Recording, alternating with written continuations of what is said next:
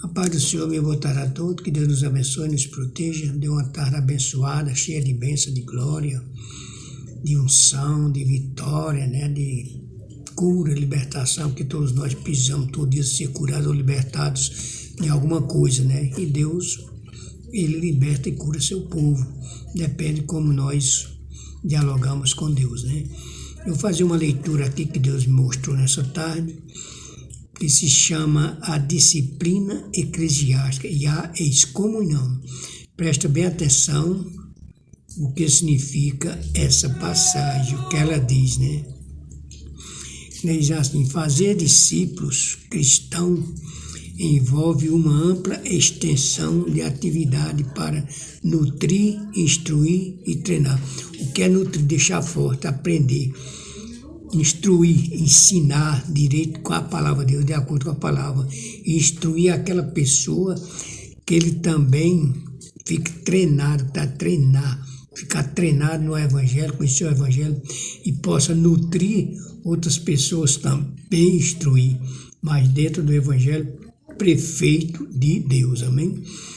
Olha, para produzir discípulos maduros, o aprendizado da devoção e da oração e justiça e o serviço cristão devem todos ser ensinados num contexto de cuidado e responsabilidade. Todos nós que vamos ensinar, vamos levar a palavra a Deus, nós temos que ter muito cuidado com o que nós falamos, e é um termo de muita responsabilidade, né? Muito cuidado e muita responsabilidade, por isso que precisa muito cuidado e muita responsabilidade para nós não fazer na verdade, uma distorção na palavra de Deus, no Evangelho de Deus, tá bom? Por isso nós temos que ter muito cuidado, buscar o ensinamento, buscar as palavras certas, as palavras corretas, o que a palavra de Deus está dizendo para nós, o que ela significa para nós. Por isso que fazer a disciplina eclesiástica é muito importante, o conhecimento e a responsabilidade, porque nós estamos criando discípulos, estamos ensinando as pessoas para fazer a mesma coisa amanhã depois que nós estamos fazendo agora, tá bom? Ele diz assim: entre os demais crentes, então tem que ter uma disciplina entre os crentes. É muita responsabilidade, né? Muita responsabilidade para esse ato, né? Não obstante, mas neste contexto, a teologia reformada tem dado ênfase à importância da disciplina na igreja. A igreja tem que ter disciplina. Se a igreja não tiver disciplina, é uma igreja pagã. Porque a disciplina é tudo dentro da igreja. Por isso que é uma responsabilidade muito grande de um dirigente de igreja. Ter cuidado, é uma disciplina, para ter disciplina na igreja, né? E aqui, como procedimento oficial da igreja, que lhe permite afinar seu quadro de membros e manter seus padrões de fé e prática. Nós temos que ensinar os padrões de fé e prática. Como que nós vamos praticar a palavra de Deus? Como nós vamos praticar o Evangelho de Deus? E ter fé na palavra que está escrita, na palavra que é falada. Mas isso depende muito do dirigente da igreja. Buscar ensinamento, ser fiel, ter fidelidade, mostrar que existe uma fé dentro dele e uma prática de ensinamento, tá? Porque ele sabe, senão ele vai ensinar a igreja tudo errado e não pode, né? Aqui, devido à Bíblia, derivados da Bíblia. Nós temos que ensinar só a palavra, a derivada da Bíblia, que é as palavras de Deus que vêm da Bíblia.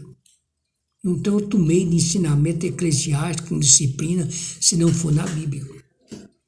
Tudo que pertence à Bíblia precisa ter disciplina. E quem dá essa disciplina? O dirigente da igreja, para seu povo, seu rebanho.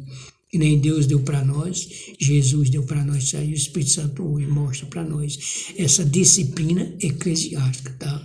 é muito sério. É muita responsabilidade que cuidar de um rebanho, cuidar de uma igreja. Cabe a nós uma responsabilidade muito grande, uma seriedade muito grande mesmo, competência mesmo, ter competência para levantar aqueles que precisam ser levantados e não deixar cair, tá? A Bíblia, olha.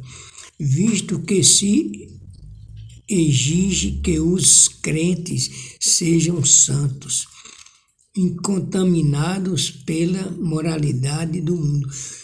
O crente quer ser crente, não é que ele é santo, ele tem que levar uma vida santa, não deixar ser contaminado pela imoralidade do mundo, né? Incontaminados pela liberdade do mundo, pela moralidade, porque uma pessoa sem moral, como é que ele pode dizer que é crente? Como é que ele pode dizer que é evangélico? Como é que ele pode ensinar? Ninguém vai acreditar do que está falando.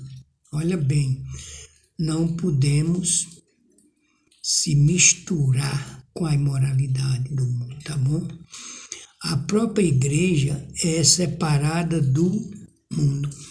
Uma igreja não pode ver junta com o mundo. Ela vive no mundo, mas não pode ser junta com o mundo. Tem que ser separada das coisas do mundo. O mundo é o que? As coisas do mundo. A imoralidade, a iniquidade. Tem que ser separada da igreja, né? A igreja não pode deixar o mundo entrar dentro dela. Mas quem evita isso é o dirigente da igreja. Agora a igreja pode mostrar no mundo quem é a igreja, o poder que tem a igreja. Isso é o que nós temos que fazer. Por isso que é uma responsabilidade muito grande. Adquire uma responsabilidade de fé, de amor, de carinho e de fidelidade com Deus e com sua palavra. Tá bom? E é necessário definir o limite que separa o mundo da igreja. Qual é o limite que separa o mundo da igreja? Separa a igreja do mundo. Qual é o limite? É a disciplina. O que não deve entrar dentro da igreja, o que não deve acontecer com os membros da igreja, com os fiéis da igreja. Tá? Separar o mundo da igreja. Não pode ser separada, porque nós vivemos no mundo, mas somos separados. A igreja vive no mundo, mas é separada. Amém? Tudo depende do dirigente da igreja. O Novo Testamento mostra claramente que em todo o contexto da vida eclesial, os procedimentos judiciais têm um lugar significativo para a saúde da igreja e de indivíduos. O que é a saúde da igreja? O significado para a saúde da igreja. A palavra correta, o evangelho verdadeiro, o evangelho fiel. Tá? Essa fidelidade dela tem que sair do dirigente para passar para toda a igreja. Então a igreja é de indivíduos. Nós somos indivíduos. Vamos aprender. Vamos estudar. Você quer ser um dirigente, você quer ser um professor. Aprenda. Estude com lealdade, porque a responsabilidade de dominar a igreja é grande. A responsabilidade de não deixar o mundo entrar dentro da igreja é grande. A responsabilidade de separar a igreja do mundo é muito grande. E depende do dirigente da igreja. Seja pastor, seja bispo, seja apóstolo, seja diácono, presbítero, o que for. Mas se ele tem uma igreja na mão dele, ele tem respeito com ela. Ele tem temor com ela, tá? Jesus instituiu a disciplina na igreja ao autorizar os apóstolos a proibirem e permitirem certos tipos de comportamento. Este é o poder de ligar e desligar do pecado. Deus veio de Jesus, instruiu os apóstolos para livrar o povo do pecamento, porque o poder de ligar e desligar, como é que fala na Bíblia? O que é desligado na terra é desligado no céu. O que é ligado no céu é ligado na terra, mas desligar do pecado. Como é que uma pessoa vive ligada no pecado e vive na igreja, ou um membro, ou um coordenador que for da igreja, não ter disciplina eclesiástica e não desligar o pecado da igreja. Se você não sabe, tudo bem, mas se você sabe alguém ligado no pecado, a responsabilidade é sua de reprimir, de falar e conversar com essa pessoa, tá? Porque não é brincadeira. O Evangelho de Deus é verdadeiro, a igreja de Deus é limpa, é sadia, não é doente pelo pecado, né? Aqui diz mais, a chave do reino, dados primeiro a Pedro, e definidas como poder de ligar e desligar. Então, a chave está na mão de Pedro para ligar e desligar. Hoje, ela está na mão dos dirigentes de igreja para ligar ou desligar. Se tem alguém na igreja desligado do céu, faça ele ligar ou sair de uma vez. Faça ele sair. Porque o que é ligado na terra é ligado no céu. O que é ligado dentro da igreja é ligado no céu. O que é desligado dentro da igreja é desligado no céu. Então é muita responsabilidade do pessoa responsável pela igreja, pela doutrina, pelo ensinamento. Tá bom? E aqui diz mais, têm sido entendidas comumente como a autoridade para supervisionar a doutrina e impor disciplina. Nós temos que ter autoridade para disciplinar a igreja, para impor a disciplina, né? Vamos ver, não é pôr mesmo a disciplina. Essa autoridade foi dada por Cristo. A igreja, em geral, é a sua liderança, e a sua liderança ordenada em particular. Está vendo? Sua liderança é ordenada em particular. Agora, se você não tem autoridade de dominar a igreja, de dominar o rebanho, você não tem autoridade de impedir o pecado de entrar na igreja, de o mundo entrar na igreja e se unir com o mundo, a igreja. E não pode, viu a palavra, não pode a igreja se unir com o mundo, se misturar com o mundo, né? Então, é o dirigente, tem toda essa responsabilidade, ordenando em particular. Ordena, conversa com a pessoa. Aqui não entra isso, aqui não aceita isso, porque Deus não quer. É contra os princípios de Deus, tá bom? Aí diz mais, as censuras eclesiásticas, vocês sabem que é censura, né? São necessárias para chamar e ganhar o irmão transgressor, a fim de impedir que outros pratiquem ofensas semelhantes, para lançar fora o velho fermento que poderia corromper a massa inteira para vindicar a honra de Cristo e a santa profissão do Evangelho e para evitar a ira de Deus. Está vendo? Tem que evitar o fermento. O que é o fermento? É a ofensa.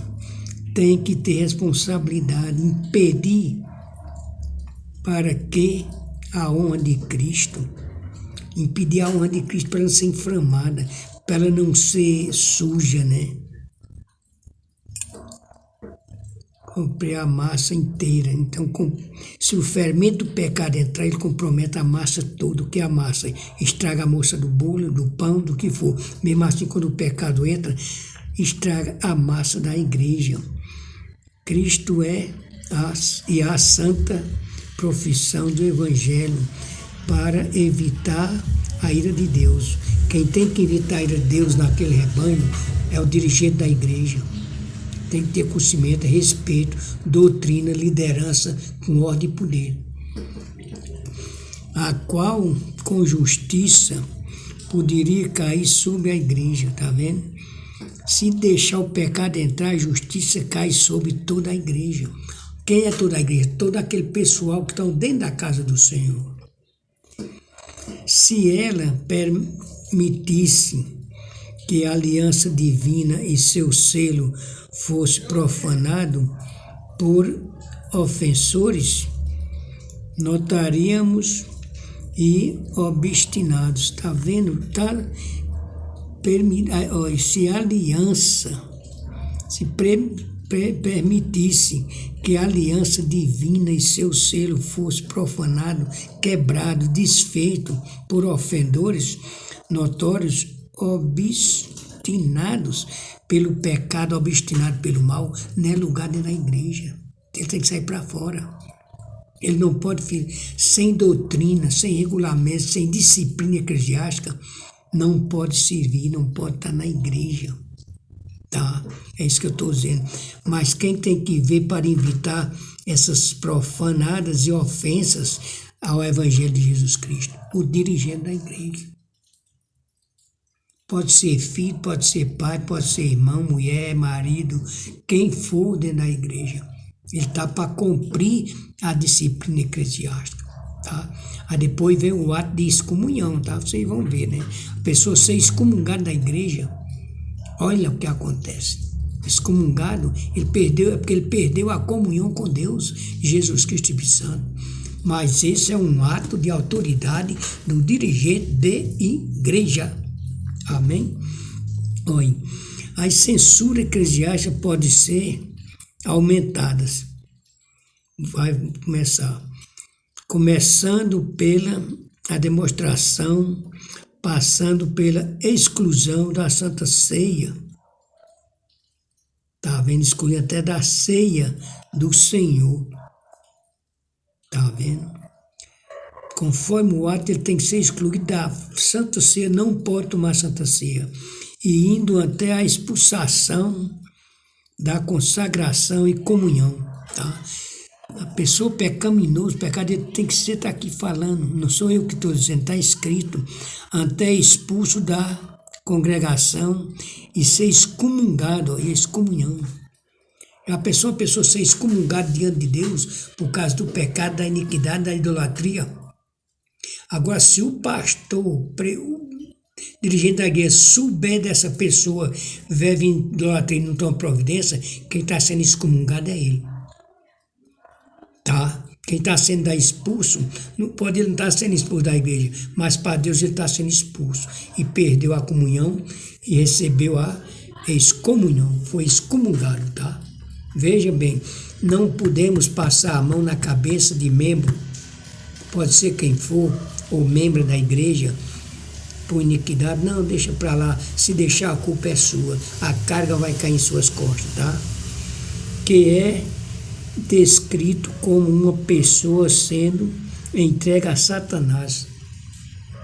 Se for excomungado, está sendo entregue a Satanás. Você quer ir para a sua igreja? Ou para você mesmo? Porque se você souber dos atos, falta de disciplina eclesiástica e não tomar conta, quem está sendo é você, sendo entregue a Satanás.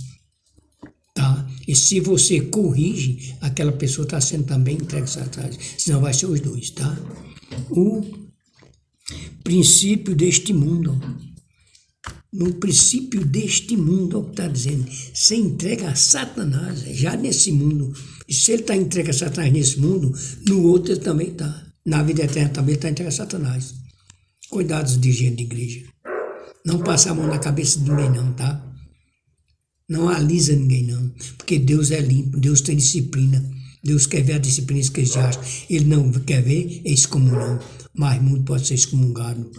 E ser o que? Entregue nas mãos de Satanás, tá? Olha, pecados públicos. Isso é os pecados que são conhecidos de toda a igreja. Olha aí. Quando toda a igreja está sabendo, conhecendo daquela pessoa pecadora daquilo, e o pastor, o dirigente não toma providência, ele está complicando toda a igreja. Aí cada um diz, eu vou fazer, outro também está fazendo, quando a igreja está toda manchada, está toda excomungada. Ele diz assim, deve ser publicamente corrigido na presença da igreja.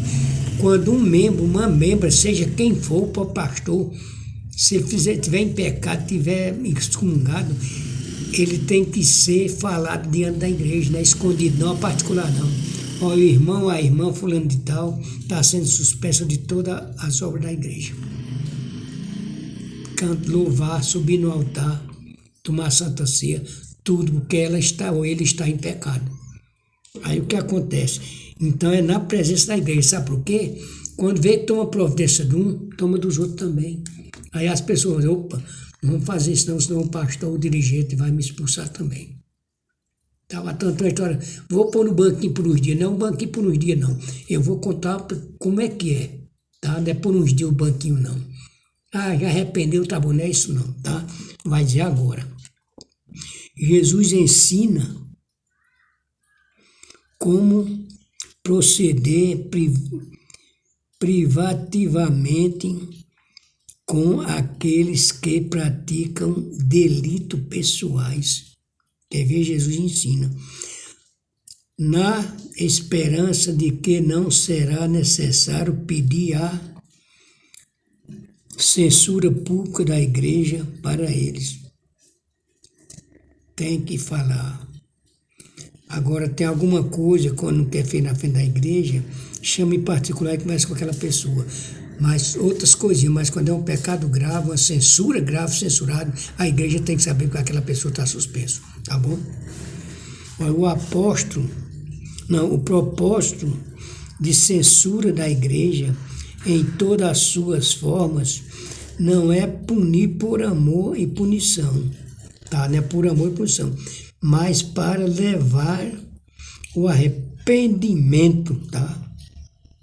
Para levar aquela pessoa, não é por amor nem que está falando, é por arrependimento, a punição, mas para levar o arrependimento, porque aquela pessoa vai ver todo mundo cantando, louvando, subindo no altar, pertencendo a um grupo, vai estar no altar, vai tomar Santa Ceia e ele não participar, disse nada que ele participava, porque ele cometeu atos que denigre a igreja e a disciplina eclesiástica. E para receber de volta a ovelha desgarrada, para receber de novo. Basicamente, há apenas um pecado pelo qual não um membro da igreja deve ser excomungado. Quer ver o que é? É a falta de arrependimento. Quem tem que tomar arrependimento é ele, tá? É o membro que tem que pedir o arrependimento, é o pastor chegar a dizer, fulano ficou 2 meses, agora vamos perdoar ele. Não, não é isso não. Ele é que tem que tomar uma decisão, se arrepender, pedir perdão e ter uma nova chance. E vai ter mais. É a falta de arrependimento, tá? Então veja bem, quando o arrependimento é evidente, a igreja declara seu pecado perdoado e recebe novamente o infrator à sua comunhão, tá? Então ele arrependeu, é ele mesmo, não tem que o pastor Zé, quando ele sentir que se arrependeu, pedir perdão. Não é o pastor que vai dar uma sentença 2 meses, 3 meses, não.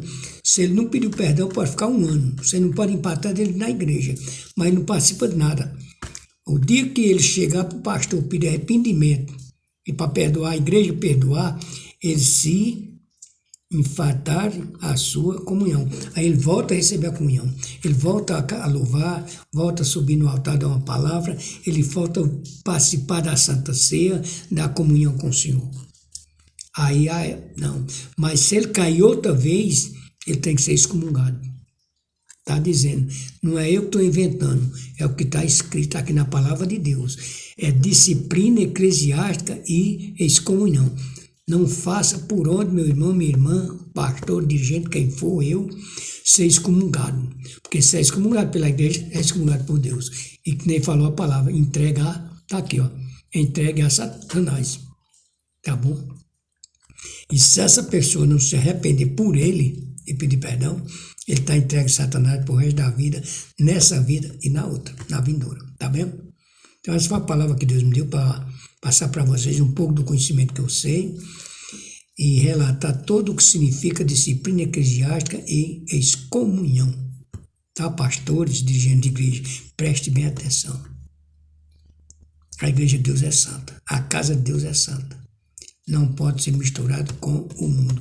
Quem quiser misturar a igreja com o mundo, saia da igreja, seja eliminado da igreja. Amém? Que Deus abençoe a cada um. Eu vou agradecer ao Pai, ao Filho e ao Espírito Santo por as palavras e também por estar nesse momento agora falando sobre a autoridade de Deus, né? De Jesus Cristo, do Espírito Santo, sobre o poder dele, a autoridade, tá? E o respeito à sua palavra. Respeite a palavra de Deus, respeite Jesus, respeite o Espírito Santo. Respeite a casa do Senhor. Não se misture com o mundo. A igreja não é para se misturar com o mundo, nem o mundo entrar dentro da igreja. Amém? Isso é um alerta para todos os dirigentes de igreja e nem que não seja quem ouvir. Amém? Fica todos com Deus, que Deus abençoe, que nos tenha uma tarde abençoada de bênção e de glória. Em nome de Jesus. Amém. Amém.